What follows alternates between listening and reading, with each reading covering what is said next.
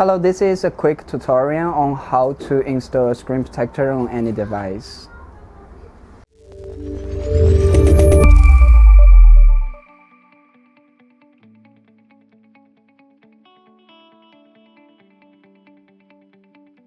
First, we have to clean the screen.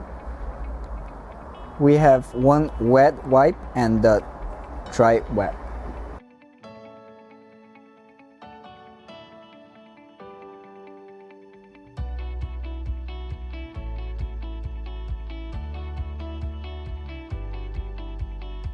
After the wet wipe, now we're gonna use the dry wipe.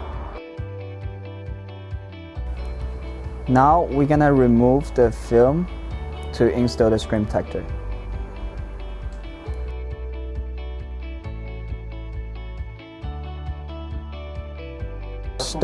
Start from one end and let it work to the other end.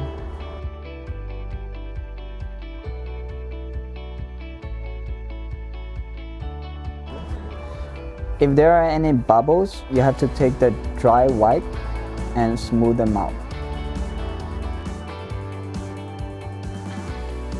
This is how you properly install a screen protector.